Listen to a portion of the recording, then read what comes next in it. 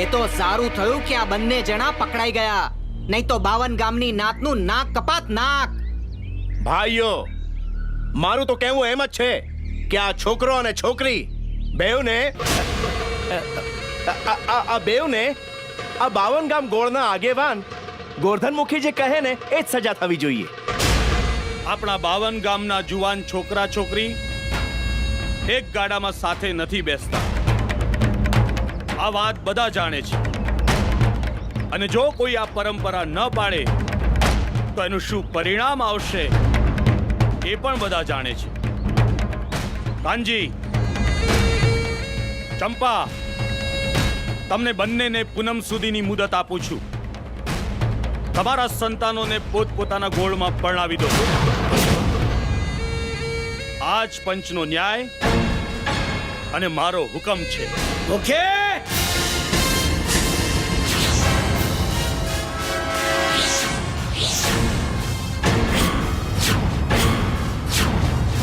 વાહ મુખી વાહ.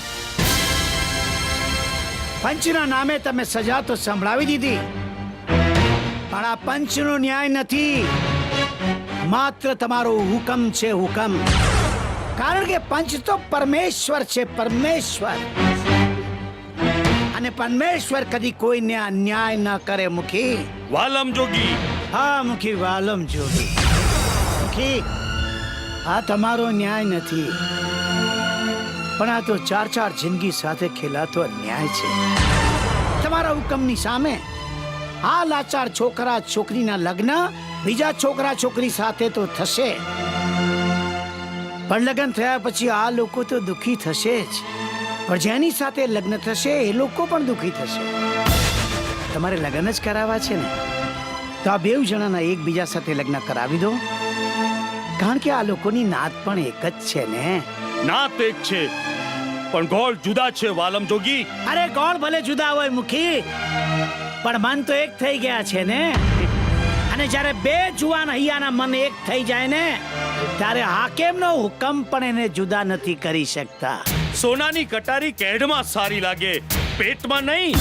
એ જ રીતે તમારી આ બધી વાતો કથા વાર્તામાં સારી લાગે, સમાજના વ્યવહારમાં નહીં.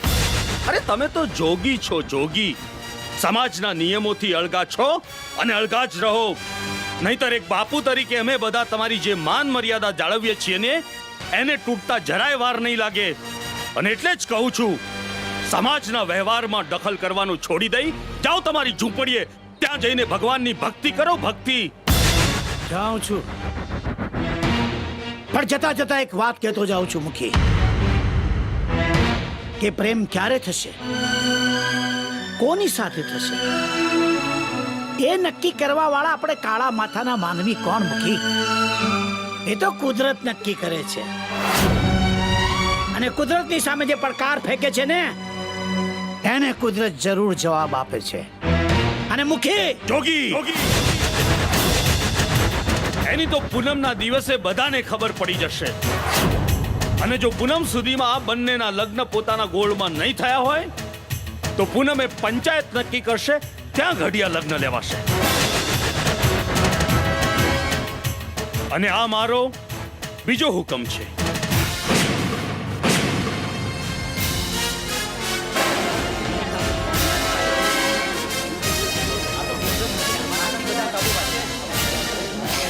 કાનજી, માં વગરની દીકરી પર નજર ન રાખીએ ને તો આવી દશા થાય. રખડું ઢોરની જેમ જ્યાં ત્યાં મોં મારતી ફરે. પૂનમને તો 5 જ દિવસની વાર છે કાનજી. હવે આ વંઠેલીનો હાથ ઝાલશે કોણ?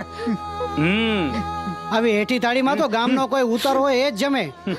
એક કામ કર કાનજી, તારા ગોળમાં તો 40-50 વર્ષના વાંઢા રખડે જ છે, એકાદારે ભટકાડી દે. કેમ?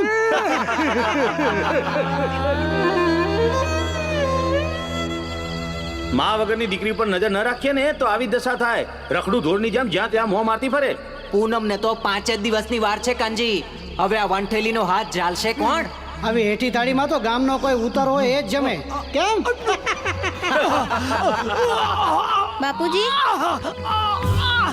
બાપુજી, બાપુજી, બાપુજી, બાપુજી, બાપુજી, બેન, બેન, બાપુજી, બાપુજી, બાપુજી. પેલી તારી સંગીતા તો એના બાપને ભરખી ગઈ. હવે તુંય તારી આ માનો જીવ લઈ લે એટલે હું એ છૂટું. ત્રણ ઠેકાણે વાત ચલાવી પણ ક્યાંય હા નથી પાડતો. નખો જ જાય એ સંગીતાડીનું. ગોરધન મૂકીને હું શું જવાબ આપીશ? પૂનમ તો આ આવી. અરે બાપ મરી ગયો તો શું થયું? એમ કઈ પંચના ફેસલા થોડા બદલાય. હા ભાઈ હા, એમાં ઢીલાશ ન રખાય. સાચી વાત છે. 100% અરે સાચી મુખી વાત. કાકા ગજબ થઈ ગયો ગજબ. શું થયું ચંદુ? અરે જેના માટે તમે આ રાત માથે લઈને આ પંચને બોલાવ્યું છે એ બંને તો એકબીજાની રાત રંગીન કરી રહ્યા છે. એટલે પેલી કૈલાશ ટેકરી પર સંગીત અને કિશોર એકબીજાને બાથમાં લઈને એવી રીતે બેઠા છે કે જાણે નાતને પડકારતા હોય કે નાત ગઈ ખાસડે મારી. ચંદુ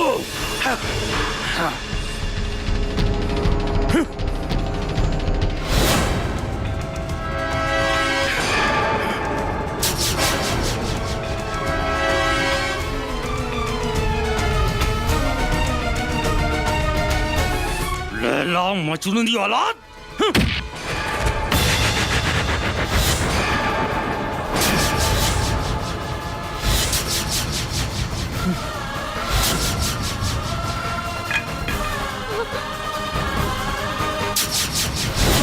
મુખી કાકા આ બંને તો મરી ગયા. અરે ચંપાકાસી.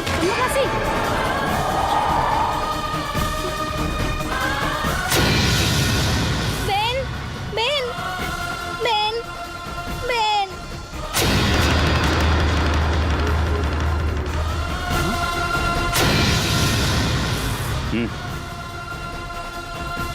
લાવ.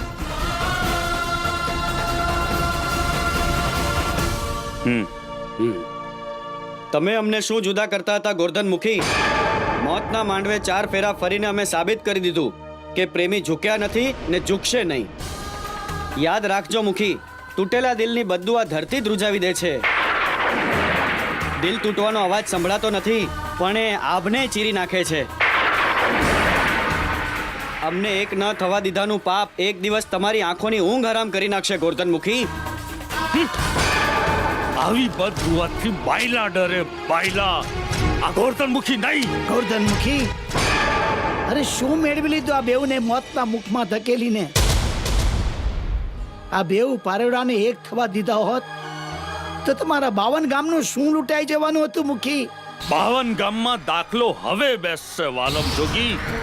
આ પંથકમાં આ પહેલો અને છેલ્લો બનાવ સમજજો. ખબરદાર ખબરદાર કોઈ આ બંનેની લાશને હાથ પણ અડાડ્યો છે તો આ લેલા મજનૂની લાશને કાગડા કૂતરા ચૂંટી ખાય એ જ એની સજા છે. ઉઠાવી લો પેલી ચંપાને. એ પણ જિંદગીભર અફસોસ કરશે કે કોઈએ એના દીકરાને અગ્નિદાહ પણ ના આપ્યો. હું અગ્નિદાહ આપીશ. જોગી ભક્તિને ખાતર ભેખ લેનારો હું વાલમ જોગી. આજથી લોકોને પ્રેમના પાઠ ભણાવીશ. હું પોકારીને જગતને કહીશ કે જ્યાં પ્રેમ છે ત્યાં જ પ્રભુનો વાસ છે. અને જ્યાં પ્રભુનો વાસ છે ત્યાં રાવણ જેવા રાવણે પણ માથું નમાવીને હાથ જોડવા પડ્યા છે. આ ગોરધન મુખીએ કાયમ હુકમ જ કર્યા છે. હાથ નથી જોડ્યા વાલમ જોગી. મને મંજૂર છે તમારો પડકાર. તમે પ્રેમના પહાડો ઊભા કરશો તો હું હુકમના હથોડાથી તમારા એ પહાડોને ચૂર ચૂર કરી નાખીશ. જોગી, જંગ હવે મારા અને તમારા વચ્ચે છે. ચાલો બધા.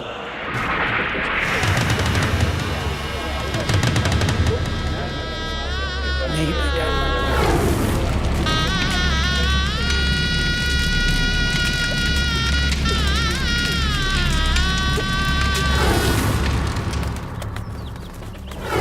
જોગી બાપા, આ લોકો કેમ મરી ગયા? બેટા, આ લોકો એકબીજાને પ્રેમ કરતા હતા. એ લોકોને ન ગમ્યું. લોકોને કેમ ન ગમ્યું? પ્રેમ કરવો એ ગુનો છે? ના બેટા, પ્રેમ તો ભગવાનનું બીજું રૂપ છે. અને જ્યાં પ્રેમ છે ત્યાં ભગવાન છે. અને સાચા પ્રેમીને ભગવાન હંમેશા સાથ આપે છે બેટા. જો હું પ્રેમ કરું તો ભગવાન મને પણ સાથ આપશે? જરૂર સાથ આપશે બેટા. પણ એક વાત ધ્યાન રાખજે, જે પ્રેમમાં હિંમત નથી હારતા એને જ ભગવાન સાથ આપે છે.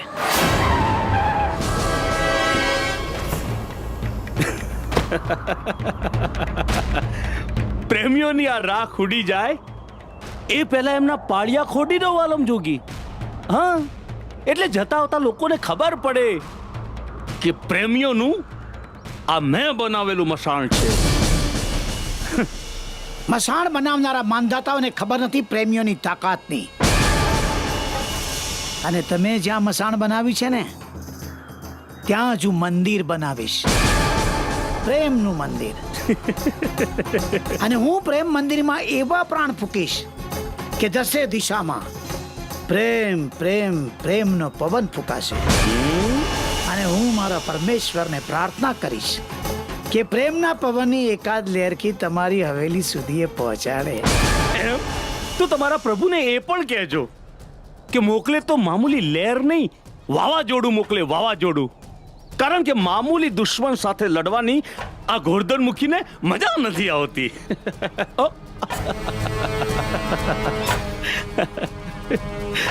જોગી, લો આ ઈટ, કામ જલ્દી શરૂ કરી દો.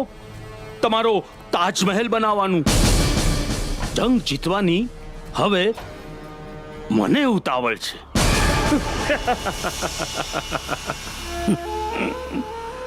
વાહ રે વાહ પ્રભુ, તારી લીલા એ અપરંપાર છે. જાણે અજાણે જે પ્રેમનો દુશ્મન છે એના જાતે તે મને પ્રેમ મંદિરના પાયાની પહેલી ઈંટ અપાવી. અરે વાહ વાહ મારા વાલીડા, વાહ.